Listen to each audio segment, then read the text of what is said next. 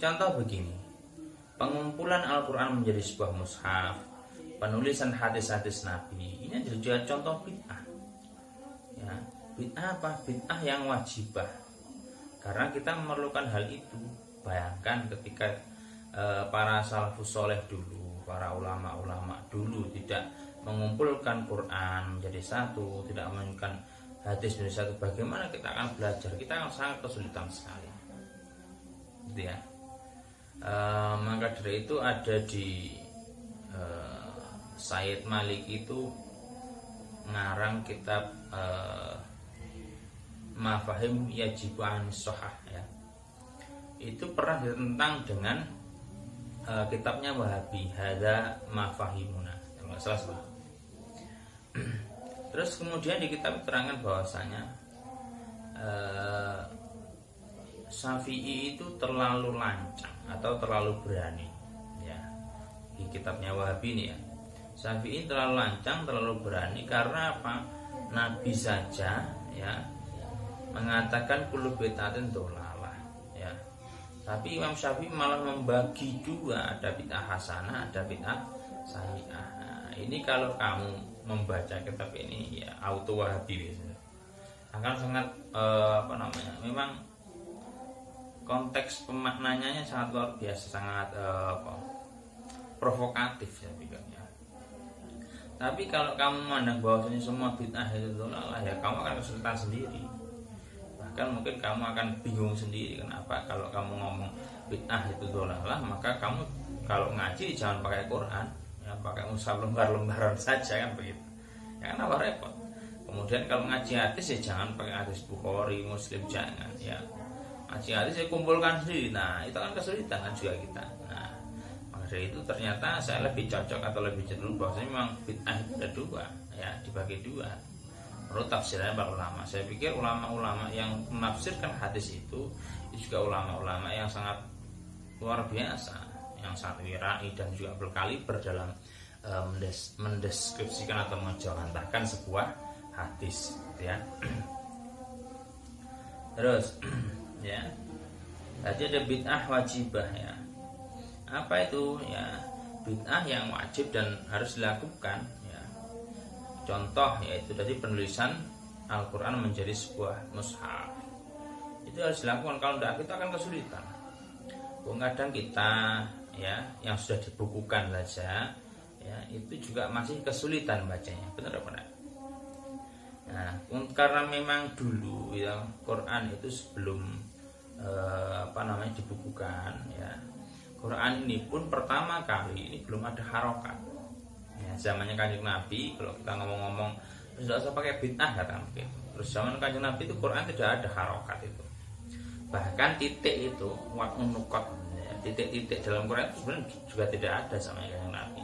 Jadi antara ba, ta, sa itu hampir sama, ya, tidak ada titik-titiknya, ya. Kemudian karena memang sulit, ya, akhirnya ya kita membuat bid'ah lagi, ya, para sahabat yang membuat bid'ah lagi, ya.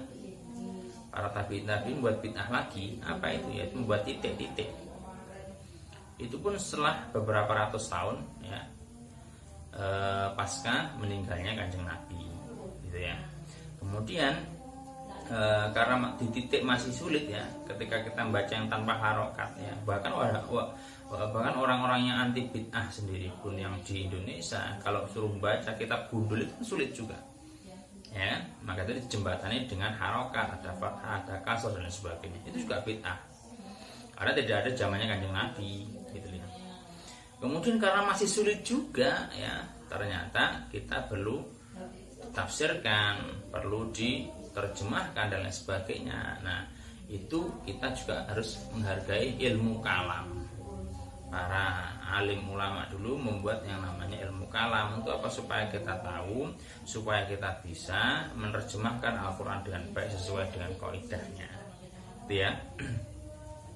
Jadi ada bid'ah mandubah, yaitu baik dilakukan. Contoh, ya, melaksanakan sholat tarawih 20 rakaat, ya, ditambah 3 yaitu witirnya secara berjamaah sebulan penuh di bulan suci Ramadan. Ini juga bid'ah, ya. Jadi bid'ah tapi yang bid'ah yang baik, ya. masuk dalam kategori bid'ah hasanah. Terus bid'ah yang mubahah yaitu contoh ya. Bid'ah yang mubah itu apa sih? Yang boleh dilakukan. Ya. Contoh ketika kita azan ya, dulu memang zaman Kanjeng Nabi ada namanya mukabbirus shaut. Mukabbirus shaut ya, mukabbirus shaut pengeras suara. Dulu kan tidak ada zaman Kanjeng Nabi. Nah, terus kemudian ya seiring perkembangan zaman karena memang zaman semakin bagus, semakin berkembang ya, akhirnya teknologi pun semakin canggih ya. Dulu itu ya di Arab Saudi pun juga di Hijaz ya, tanah Hijaz dulu itu juga sempat ada perdebatan. Yang pertama kali ada pengeras suara itu perdebatan, kira-kira sah tidak kalau kita adzan pakai pengeras suara.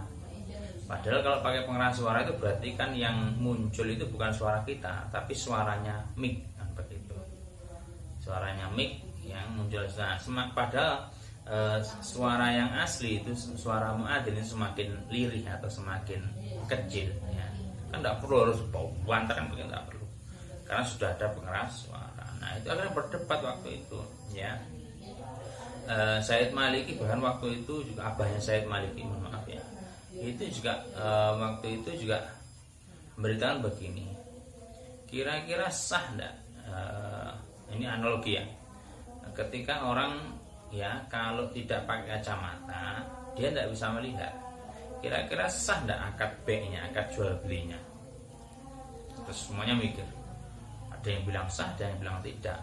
Nah, kalau ada yang bilang akad jual belinya tidak sah ya, hanya gara-gara pakai kacamata, karena tanpa kacamata dia tidak bisa jual beli, maka akan menjadi repot semuanya ya, akan menjadi repot gitu ya.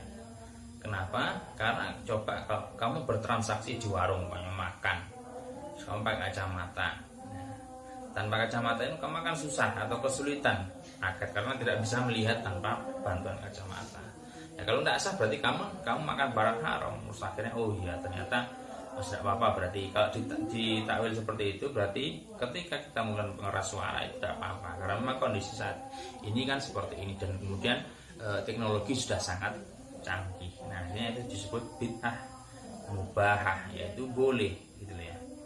Jadi penggunaan pengeras suara untuk adzan itu sangat